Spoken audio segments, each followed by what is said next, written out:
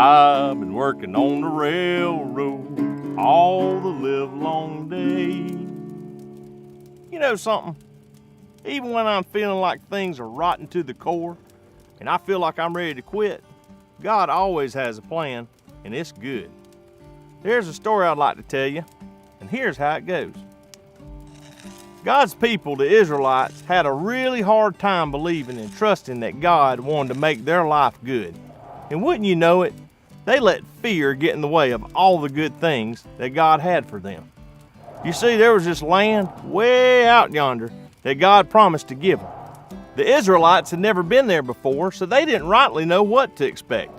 Figuring they should sneak a peek, Moses sent Joshua, Caleb, and 10 other fellows to go in and take a look.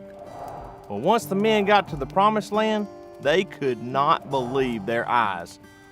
By golly, this place was the best thing they had ever seen. They saw that there were big old grapes, so large that it took 2 of them to carry just one branch. And the land, whoo-wee, it was so perfect that they said that it was even flowing with milk and honey. They loved all that they were seeing, but there was just one tiny problem. Well, I guess you'd say it was a big problem. There were some mighty tall and powerful people living in there. That's right, these people were taller than a West Texas cactus and meaner than a 2-headed rattlesnake. Not the kind of people you want to mess with, I'm here to tell you that right now. Now the 12 men, they hightailed it out of there and went back to Moses to tell him what they saw. Well, 10 of the men told Moses that the land was as good as it gets, but they sure were scared. They couldn't see any way that their lives would be good with such giants living there with them. They were saying all kinds of nonsense about looking like wee little grasshoppers compared to those people, and they might as well not even bother with them. But then there were 2 other men, Joshua and Caleb. Now they had a different story to tell.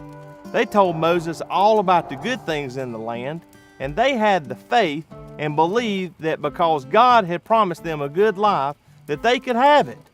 They told everyone they shouldn't be afraid because God was with them. But when the Israelites heard the report, they were still scared and shaking in their boots. And even though this was God's plan for them all along, they let their fear get the best of them and decided not to go into the land. All of that belly aching, it didn't go well for the Israelites.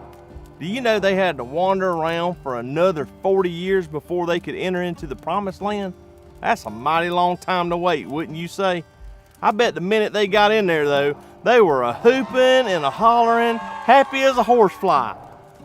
You know, even when the going does get tough, we can know that God really does make our life good. When we trust in Him and we do what He says, well, we can experience all the good things He has planned. And that's something you can tip your hat to.